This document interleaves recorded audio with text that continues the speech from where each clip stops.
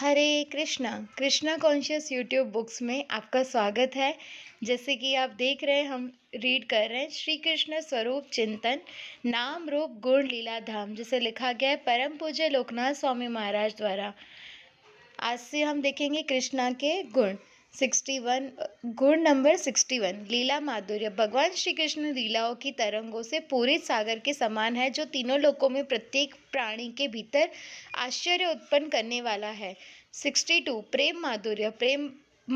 प्रेम के कार्यकलापों में वे अपने प्रिय भक्तों से घिरे रहते हैं, जो उनके प्रति अप्रतिम प्रेम रखते हैं। 63 वेणु माधुर्य।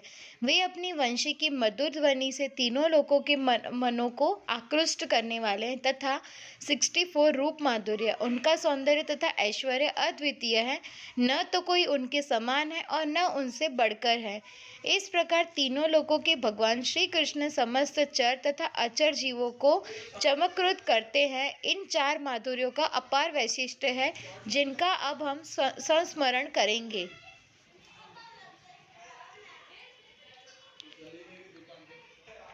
श्री कृष्ण के चार विशिष्ट गुण। माधुर्य श्री कृष्ण के स्वरूप का सार तत्व है। यद्यपि श्री कृष्ण से संबंधित प्रत्येक वस्तु मधुर है, श्रील रूप गोस्वामी ने विशेष रूप से कृष्ण की लीला, प्रेम, वेणु एवं रूप के माधुर्य का वर्णन किया है।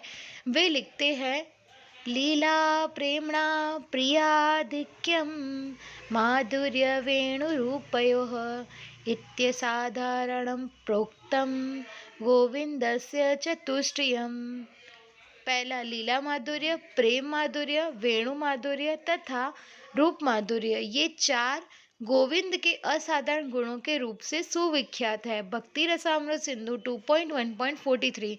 ये चार अंतिम गुण केवल वृंदावन में ही देखे जाते हैं, जहाँ श्री कृष्ण सुंदरता, मधुरता व घनिष्ठता की चरम सीमा पर प्रकट करते हैं। श्री कृष्ण के ये मधुर गुण उनके अन्य समस्त अवतारों में से उनकी श्रेष्ठता सिद्ध करते हैं। श्री कृष्ण का अत्यंत सुरम्य रूप सर्वाकर्षक है। श्री कृष्ण सर्वाकर्षक सुरीली मुरली बजाते हैं। श्री कृष्ण सर्वाकर्षक मंजुल लीलाएं करते हैं।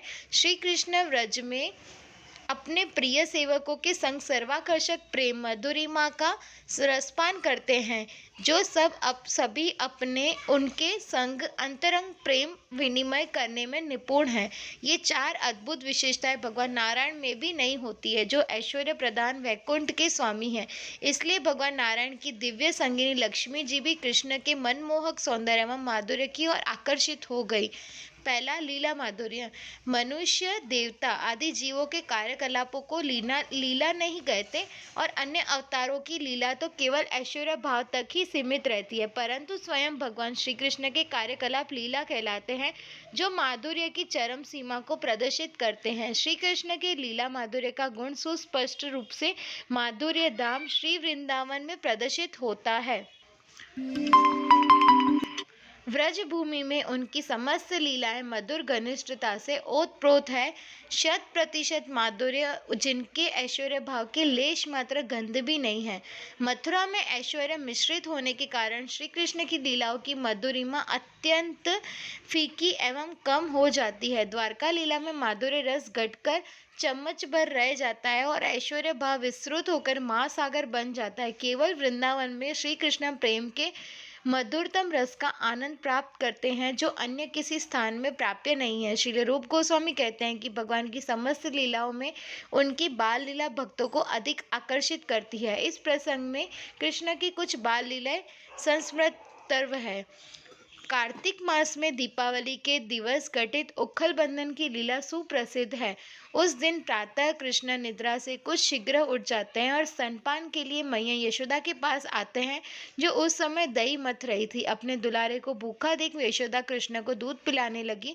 दूसरी ओर रसोई में दूध उबल रहा था, जिसे बचाने हेतु माँ कृष्ण को भूमि पर रखकर चली जाती है।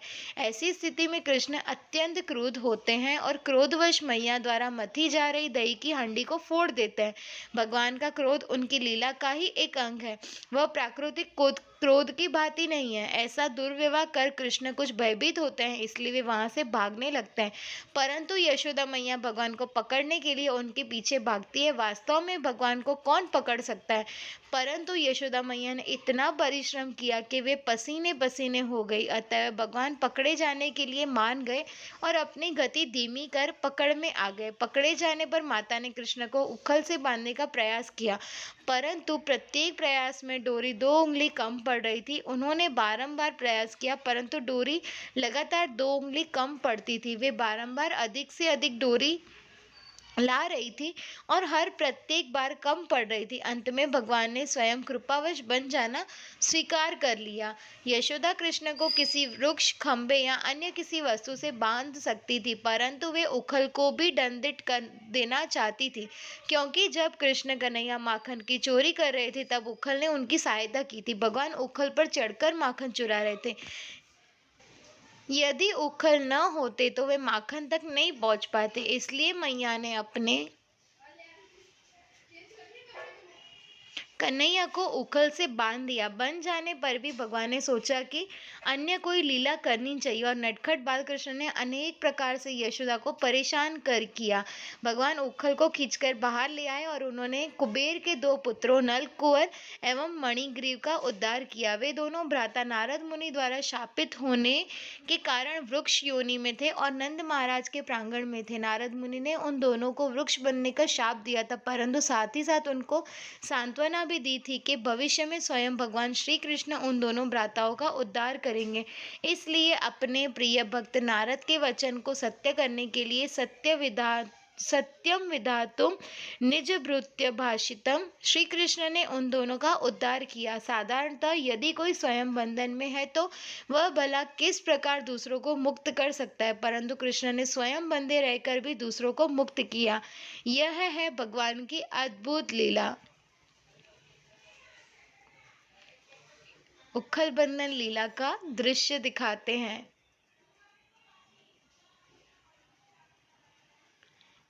यशोदा मैया और डरे हुए कृष्ण। ये लीला देख के तो कार्तिक याद आ जाता है। सामान्यतः कृष्ण ने उन गायों का ही दूध पीते थे जिनका यशोदा मैया विशेष ध्यान रखती थी। यशोदा उन्हें विशेष प्रकार की सुगंधित घास खिलाती थी, जिससे कि दूध अत्यंत सुगंधित, पौष्टिक एवं स्वादिष्ट बनता था। कृष्ण केवल इसी दूध का पान करते थे, इसलिए व्रज की समस्त गायों का यह दीर्घकाल से मनोरथ था कि कृष्ण उनका दुग्धपान भी करें। वे सोचती थी कि यदि कृष्ण हमारा दूध पी लेंगे तो हमारा जीवन सार्थक हो जाएगा। गायें चाहती थी कि जिस प्रकार उनके बछड़े थनों से पीते हैं, उसी प्रकार कृष्ण भी उनके थनों से दुग्धपान करें। व्रज की वृद्ध गोपिया की मनोकामना थी कि कृष्ण उनके बालक बने। अतः ब्रह्म विमोहन लीला में भगवान ने 1 वर्ष पर्यंत बछड़े एवं बालक बनकर गायों एवं वृद्ध गोपियों की अभिलाषा पूर्ण की। ब्रह्म विमोहन लीला में जब ब्रह्मा ने समस्त ग्वाल बालकों तथा बछड़ों को चुरा लिया, तब भगवान ने सोचा कि मैं अकेले व्रज कैसे जा सकता हूँ। यह सोचकर भगवान ने अपना विस्तार किया और अपहृत बालक एवं बछड़ों की संख्या अनुसार रूप धारण किए। अलग अलग रूप, स्वभाव, वस्त्र आदि के अनुसार कृष्ण ने तथोचित रूप धारण किए। इस प्रकार उन्होंने बालकों के रूप में प्रत्येक गृह में तथा बछड़ों के रूप में प्रत्येक गौशाला में प्रवेश किया। श्री कृष्ण भक्तों की अभिलाषाओं को पूर्ण करते हैं। ऐसे रूप धारण करके उन्होंने समस्त गोपियों तथा गायों की चिरकालीन इच्छा की पूर्ति की। कृष्ण ने उन माताओं का स्तनपान किया और उनकी सेवा स्वीकार की। उन्होंने बछड़े बनकर गायों के थनों से दुग्धपान कर सभी को आनंद समुद्र में निमग्न कर दिया। इसी कालावधि में एक प्रसंग घटा। जिस समय कृष्ण ने ग्वाल बालकों का रूप धारण किया, वह समय विवाह के लिए अत्यंत उचित था। संपूर्ण व्रज में जिनकी कन्याएं विवाह योग्य थी, उनका विवाह इन ग्वाल बालों के साथ ही निश्चित हुआ। चूंकि सभी ग्वाल बाल कृष्ण ही थे, इसलिए सभी गोपियों का विवाह कृष्ण के साथ संपन्न हुआ। उन युवा गोप कन्याओं की भी अभिलाषा थी कि कृष्ण उनके पति बने, अतएव कृष्ण ने उनकी मनोवांछा को भी पूर्ण किया। ये भगवान की मधुर लीलाएं हैं। श्री कृष्ण द्वारा की गई असंख्य लीलाओं में गोपियों के साथ की गई माधुर्यमय लीला उनको अतीव आनंद प्रदान करती है। बृहद वामन पुराण में भगवान स्वयं कहते हैं कि यद्यपि मेरी अनेक महोहारिणी लीला है, किंतु जब मैं गोपियों के संग रचे जाने वाली रास लीला के विषय में सोचता हूँ तो उसे पुनः करने के लिए उत्सुक हो उठता हूँ। उद्धव जी कहते हैं कि मैं भगवान श्री कृष्ण के नारायण स्वरूप एवं अन्य अनेक अवतारों से भी परिचित हूँ। यद्यपि इन अवतारों की समस्त लीलाएं निश्चित ही मेरे मन को उत्कंठित करती है, तथापि तो भी भगवान कृष्ण द्वारा संपन्न रासलीला मेरे दिव्य आनंद को अद्भुत रूप से वर्धित कर रही है। इस प्रकार भगवान का लीला माधुर्य अद्भुत, अद्वितीय तथा अवर्णनीय है। व्रज में भगवान पूर्ण माधुर्य को प्रदर्शित करते हैं। ऐसी लीलाएं सभी रसों का आश्रय स्वरूप है, जिसमें से परमानंद उद्भूत होता रहता है। श्री कृष्ण उस हंस की भांति है जो भक्तों के हृदय पटल में तैरते रहते हैं और अपने लीला माधुर्य के माध्यम से उनके हृदयों को हर्षातिरेक से भर देते हैं। दूसरा, प्रेम माधुर्य। प्रत्येक जीव का भगवान के साथ कुछ विशेष संबंध होता है। शांत रस, दास्य रस, साख्य रस, मात्सल्य रस, माधुर्य रस, ये भिन्न भिन्न प्रकार के रस हैं। वृंदावन में नंद बाबा, माता यशोदा, ग्वाल बाल गोपियों और बछड़े भगवान से असीम प्रेम करते हैं। कृष्णेन्द्रिय प्रीति, इच्छा धरे प्रेम नाम। कृष्ण को प्रसन्न करने की इच्छा ही प्रेम कहलाती है। व्रजवासी प्रत्येक संभव ढंग से श्री कृष्ण को प्रसन्न करने में इतने तल्लीन रहते हैं कि वे स्वयं को पूर्णतया भूल जाते हैं। वे भोजन, निद्रा, स्नान, उचित वेशभूषा, कर्तव्य पालन और अपने कुटुंब का भरण पोषण सब कुछ भूल जाते हैं। उसी प्रकार भगवान भी व्रजवासियों के से असीम प्रेम करते हैं। वैकुंठ में भक्तों का संबंध ऐश्वर्य भाव पर आश्रित है, परंतु वृंदावन में भगवान और भक्तों के मध्य प्रेम का संबंध है। व्रज में ऐश्वर्यमयी पूजा अर्चना नहीं होती है। वहाँ तो यशोदा मैया छड़ी लेकर आती है और कृष्ण से कहती है, कहाँ हो तुम? तुम्हें ज्ञात नहीं है तुम्हारे पिता कब से भोजन के लिए बैठे हैं? कितना समय हो गया? तो भगवान क्रीड़ा को बीच में छोड़कर जाने की तैयारी में होते हैं। उतने में उनके मित्र कहते हैं, देखो कृष्ण, अभी क्रीड़ा समाप्त नहीं हुई है। यदि तुम बीच में जाओगे तो हम कल से तुम्हारे साथ नहीं खेलेंगे। फिर खींचातानी होती है। एक और माँ कहती है, शीघ्र चलो, और दूसरी ओर उनके मित्र कहते, क्रीड़ा समाप्त नहीं हुई है। यह कृष्ण कन्हैया का प्रेम माधुर्य है, जिससे वे अपने भक्तों द्वारा प्रताड़ित भी होते हैं।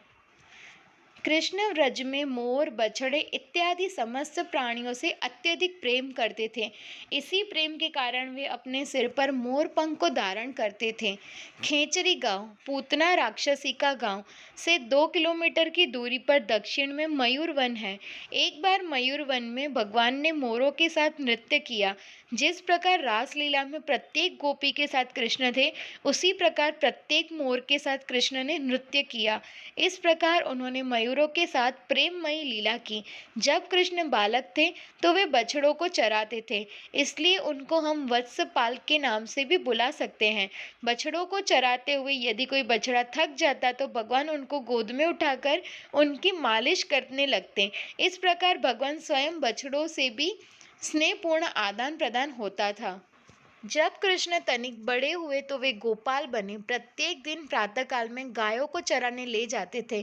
सायंकाल में गोधूली बेला में भगवान उन्हें लेकर नंदग्राम लौटते हैं। जब 9 लाख गायें चलती है तो व्रज की रज हल्की होने के कारण आकाश में उड़ने लगती है। व्रज रज अत्यंत मुलायम एवं हल्की होती है और उसके कण भी छोटे होते हैं। हमें अनुभव है कि हम एक 1,500 भक्त भी जब ब्रजमंडल परिक्रमा में चलते हैं तो अत्यधिक धूल उड़ती है। जब गायें लौटती है तो धूल के बादल आसमान में दिखाई देते हैं। आकाश में धूल के बादल देखकर माता यशोदा को यह ज्ञात होता है कि कन्हैया कितने दूर है और वे स्वागत की तैयारियों में जुट जाती हैं। जब कृष्ण लौटते हैं तो वन में अनेक वृक्ष भी कृष्ण के ऊपर पुष्प वृष्टि करते हैं और पक्षी मधुर गीत गाते हैं। वृंदावन के वृक्ष, पक्षी और जल सभी चिन्मय हैं और उनके हृदय में कृष्ण के प्रति अनूठा प्रेम है। श्री कृष्ण का प्रेम माधुर्य इतना उत्कृष्ट है कि गोपियों को कृष्ण के विरह का एक क्षण भी युग के समान लगता है। गोपियां अपनी विरह यात्रा का अंकन करते हुए कहती है कि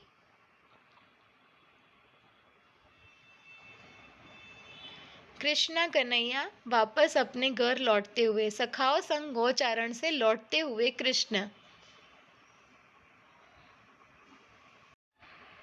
अटति यद्भवानन् हि काननं त्रुटियुगायते त्वां पश्यताम कुटिलकुन्तलं श्रीमुखं च ते जड उदीक्षतां पश्य कृदृशाम्।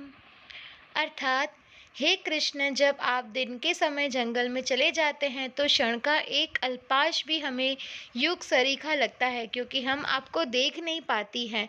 और जब हम घुंघराले बालों से सुशोभित आपके सुंदर मुखारविंद का दर्शन करती है, तब मूर्ख सृष्टा ब्रह्मा द्वारा निर्मित हमारी ये पलकें आनंद में बाधा उत्पन्न करती है, जिन्हें मूर्ख ने बनाया है। श्रीमद् भागवतम 10.31.15। श्रील विश्वनाथ चक्रवर्ती ठाकुर अपनी सारार्थ दर्शिनी टीका में गोपियों के अंतर्भाव का विस्तृत वर्णन करते हैं। गोपियां सोचती है हमारे दुर्भाग्य के अतिरिक्त इसका कोई अन्य कारण नहीं है। दिन के अंत में जब हम आपके मुखारविंद को देखने का सौभाग्य प्राप्त होता है, तब मूर्ख विधाता हमारे क्लेश का कारण बन जाता है, जिसने ये पलकें बनाई है जो आपके दर्शन में बाधा डालती है। इस कारण आपका दर्शन भी हमें क्लेश के सागर से अल्पावित कर देता है। यद्यपि पलक झपकने में 900 त्रुटियों निमेष काल की अवधि लगती है, हमें वह 900 युगों जैसी प्रतीत होती है। इसलिए हम इतनी अभागिनी है कि आपका दर्शन होना अथवा न होना दोनों ही परिस्थितियां क्लेशदायक है। गोपियां भगवान का विरह कदापि सहन नहीं कर सकती है। शून्ययितम जगत सर्वम। विरह का अनुभव गोपियों को सबसे अधिक होता है। कृष्ण की अनुपस्थिति में प्रत्येक क्षण उनके लिए युगों जैसा व्यतीत होता है। कभी कभी तो भगवान निकट ही होते हैं, फिर भी उन्हें विरह का अनुभव होता है। बरसाना एवं नंदग्राम के मध्य में प्रेम सरोवर नामक स्थान है, जहाँ एक बार राधा और कृष्ण बैठे थे। उसी समय एक भ्रमर वहां मंडरा रहा था और इतने में वहां मधुमंगल आ गया। मधुमंगल भगवान का यह परिहास प्रिय मित्र है, जो कृष्ण से प्रायः कहता है, हे कृष्ण, मुझे एक लड्डू दे दो। चूंकि मैं एक ब्राह्मण का पुत्र हूँ, इसलिए मैं तुम्हें आशीर्वाद दे सकता हूँ, ताकि तुम राधा से मिलते रहोगे। जब इस मधुमंगल ने भ्रमर को देखा तो उसने सोचा कि वह भ्रमर राधा और कृष्ण को परेशान कर रहा है, इसलिए वह लाठी लेकर आया और भ्रमर का पीछा करने लगा। थोड़ी देर में उसने भ्रमर को भगा दिया और उच्च स्वर में कहने लगा, मैंने मधु को भगा दिया, मैंने मधु को भगा दिया। जब राधा रानी ने इस बात को सुना तो अधिक सोचे बिना वे तुरंत इस निष्कर्ष पर पहुंच गई कि इसने मेरे मधुसूदन को भगा दिया, और वे क्रंदन करने लगी। वे सोचने लगी कि मैं इतने समय से प्रतीक्षारत थी, अब अंततः हम मिले तो मधुमंगल ने मधुसूदन को भगा दिया। राधा रानी ने बहुत आंसू बहाए। जब भगवान ने राधा रानी की ओर देखा तो उनकी मनस्थिति को देखकर वे भी अश्रु बहाने लगे। राधा और कृष्ण के अश्रु मिलकर एक कुंड में प्रवेश करते हैं, जिसका नाम है प्रेम सरोवर। इस प्रकार राधा और गोपियां भगवान से अतिशय प्रेम करती है। श्री कृष्ण का माधुर्य उनके नित्य पार्षदों के प्रेम के अनुपात में प्रदर्शित होता है। जैसे यशोदा का प्रेम सर्वशक्तिशाली एवं सर्वव्यापी कृष्ण को उनके द्वारा बांधे जाने पर विवश कर देता है, नंद के प्रेम के कारण कृष्ण उनके जूते अपने सिर पर उठाते हैं। द्विज पत्नियों का प्रेम कृष्ण से उनके द्वार पर भिक्षा मंगवाता है। व्रज गोपियों का प्रेम इतना शक्तिशाली है कि उसके कारण कृष्ण एक कठपुतली की भांति उनकी ताल पर नृत्य करते हैं। इस प्रकार कृष्ण अपनी भगवत्ता को भूलकर अपने भक्तों के प्रेम में मग्न हो जाते हैं और परम आनंद का अनुभव करते हैं। तीसरा, वेणु माधुर्य। श्री कृष्ण का तीसरा असाधारण गुण है वेणु माधुर्य। जब हम भगवान श्री कृष्ण का विग्रह या चित्र का दर्शन करते हैं तो हम देखते हैं कि भगवान मुरली धारण किए हुए हैं। श्री कृष्ण की बांसुरी की मधुर रसीली तान तीनों लोकों में सबका मन मोह लेती है। ऐसा वर्णन है कि भगवान की मुरली की ध्वनि दूर दूर तक पहुंचती है। स्वर्ग, पाताल और दसों दिशाएं इस ध्वनि से गुंजायमान होती है। कृष्ण के कमल वदन के संग में वंशी से दिव्य रागों की उत्पत्ति होती है। जब वे दक्षतापूर्वक अपनी उंगलियों उसके छिद्रों पर चलाते हैं, उन रागों का श्रवण कर समस्त जीवों के हृदय द्रवीभूत हो जाते हैं। यहाँ तक कि इससे देवता, मनुष्य तथा सभी मुनिगण भी मोहित हो जाते हैं।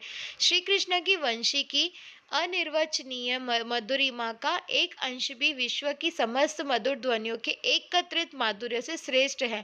आध्यात्मिक जगत में समस्त वाद्य यंत्रों के भिन्न भिन्न मधुर स्वर है, परंतु भगवान की मुरली नाद के सदृश कुछ भी नहीं है। विशेष रूप से व्रजमंडल को भगवान अपने मुरली वादन से आकर्षित करते हैं।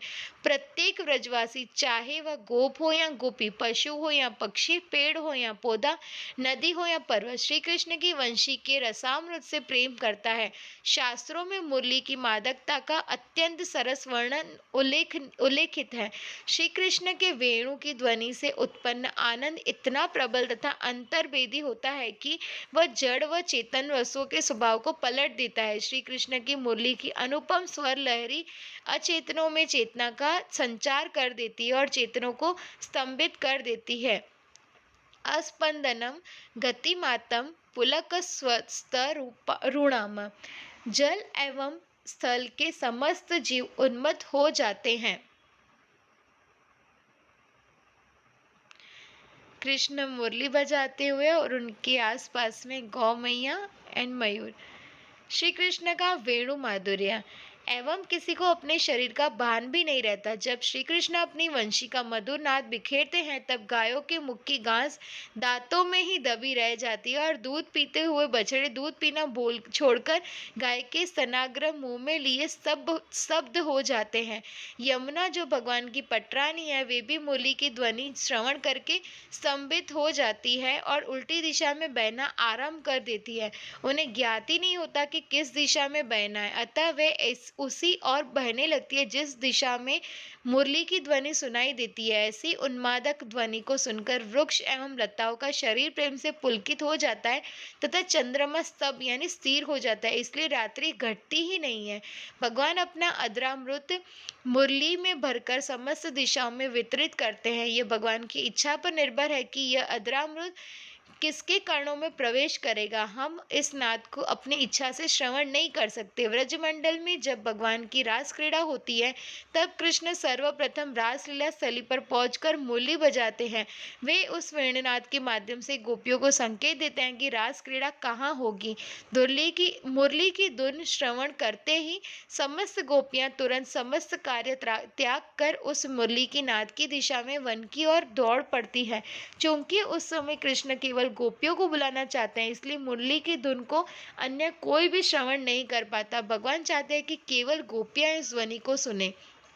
श्रीमद् भागवतम 10.39.15 में वर्णन है कि श्री कृष्ण की मधुर वंशी ध्वनि को सुनकर इंद्र, शिव एवं ब्रह्मादि स्वयं पंडित होते हुए भी राग, ताल और स्वर आदि के तत्व निर्णय में असमर्थ हो जाते हैं और मोह को प्राप्त होकर अपनी गर्दन को झुकाकर तन्मय हो जाते हैं। विदग्ध माधव नामक ग्रंथ में श्रील रूप गोस्वामी कहते हैं कि श्री कृष्ण की वंशी ध्वनि ने मेघों की गति को रोक दिया, गंधर्वों को आश्चर्यचकित कर दिया और सननंदन जैसे महान योगियों के ध्यान को भी भंग कर दिया। इस वंशी की ध्वनि को सुनकर कमल पुष्प पर आसीन ब्रह्मा भी विस्मित हो जाते हैं और बलि महाराज का मन उत्कंठित हो जाता है। समस्त लोगों को अपने फण पर शांतिपूर्वक धारण करने वाले अनंत शेष भी वंशी का नाद सुनकर झूमने लगते हैं और इस ध्वनि ने ब्रह्मांड के आवरणों को भी भेद दिया। इस प्रकार भगवान का मुरली वादन सर्वोत्तम है। भगवान वेणु, मुरली और वंशी बजाते हैं, इसलिए उन्हें वेणुधर, मुरलीधर और वंशीधर कहा जाता है। भक्ति रसामृत सिंधु में वर्णन है कि कृष्ण की वंशी के 3 प्रकार हैं। पहला वेणु। वेणु बहुत छोटी होती है। यह 12 अंगुल 6 इंच जितनी लंबी होती है और मोटाई में अंगूठे के बराबर होती है। इसमें 6 छेद होते हैं। दूसरा मुरली। मुरली 2 हाथ 18 इंच लंबी होती है। इसके सिरे पर एक तथा पूरे शरीर पर 4 छिद्र होते हैं। इस मुरली से जो ध्वनि उत्पन्न होती है वह अत्यंत मोहक होती है। तीसरा वंशी। वंशी लगभग 17 अंगुल यानी 15 इंच लंबी होती है और इसमें कुल 9 छिद्र होते हैं। इस प्रकार कृष्ण की विविध वंशियां जीव मात्र के चित्त स्वरूप मत्स्य को अपनी ध्वनि रूपी बड़िश यानी कांटे द्वारा वशीभूत करके उनके हृदय को परम आनंदित कर देती है। चौथा रूप माधुर्य। श्री कृष्ण से संबंधित सब कुछ, उनके नाम, रूप, गुण एवं लीला अपनी पूर्णतम अवस्था में अनुपम ढंग से केवल श्री व्रज धाम में ही प्रदर्शित होती है। श्री कृष्ण का अपूर्व सौंदर्य समस्त चर अचर प्राणियों को अचंभित कर देता है। प्रभु का सौंदर्य स्वरूप समस्त चर अचर प्राणियों के लिए नेत्रोत्सव होता है। श्री कृष्ण के रूप माधुर्य के अगाध सिंधु में प्रवेश करने पर व्यक्ति अनंत आनंद की अंतहीन तरंगों में गोते लगाता है। अतः वह कभी भी कंदर्प की ओर आकृष्ट नहीं होता। श्री कृष्ण की सुंदरता का विशेष गुण यह है कि वह उनके भक्तों के प्रेम की मधुरता के अनुपात में बढ़ती है। कृष्ण अपने सौंदर्य से केवल अन्यों को ही नहीं अपितु स्वयं को भी आकर्षित करते हैं। श्री चैतन्य महाप्रभु के रूप में स्वयं कृष्ण अपने ही रूप का गुणगान करते हैं। अपने अनुयायी सनातन गोस्वामी को शिक्षा देते हुए श्री चैतन्य महाप्रभु ने भगवान श्री कृष्ण के रूप माधुर्य का सुंदर वर्णन किया। श्री कृष्ण के स्वरूप में उनका मुख अनुपम है। श्री कृष्ण का मुख एक विलासी राजा के समान है, जो मकराकुर्त कुंडलों तथा कमल नेत्रों को सतत नचाता रहता है। श्री कृष्ण के लालिमा युक्त विशाल नेत्र राजा के दो मंत्री हैं और सुंदर नेत्रों वाले कामदेव के गर्व का दमन करने वाले हैं। श्री गोविंद का मुख सुख से पूर्ण है और यह लावण्य का आगार है, जो सभी के नेत्रों को अत्यंत सुहावना लगता है। श्री कृष्ण के सौंदर्य का लेश मात्र श्रवण भी तीनों लोगों को प्रेम के महासागर में डुबा सकता है। श्री चैतन्य महाप्रभु आगे वर्णन करते हैं कि श्री कृष्ण का हास्य युक्त मुख सर्वाधिक मधुर है। श्री कृष्ण का दिव्य शरीर मधुरता के महासागर जैसा है। उनका मुख महासागर पर उदित हुए पूर्ण चंद्र के समान है और उनका मंद हास्य चंद्रमा की चमकीली किरणों के समान है। महासागर का दर्शन अत्यंत सुंदर होता है। उसमें भी यदि महासागर के ऊपर चंद्र उदित हुआ तो यह दृश्य का सौंदर्य और अधिक बढ़ जाता है, और यदि चंद्रमा में चमचमाती हुई किरणें सर्वत्र फैल रही हो तो यह अद्वितीय दृश्य और भी आकर्षित हो जाता है। इस प्रकार कृष्ण का मंद हास्य मधुरातिक मधुर है। श्री कृष्ण कर्णामृत श्लोक नंबर 92 नामक ग्रंथ में भगवान के एक शुद्ध भक्त बिल्वमंगल ठाकुर लिखते हैं कि अभी हम लोग रीड करेंगे कल के सेशन में। तब तक वांछा कल्पतरुभ्यश्च कृपा सिंधुभ्य एव च पतितानां पावनेभ्यो वैष्णवेभ्यो नमो नमः। श्री हरिनाम प्रभु की जय। परम पूज्य लोकनाथ स्वामी महाराज की जय।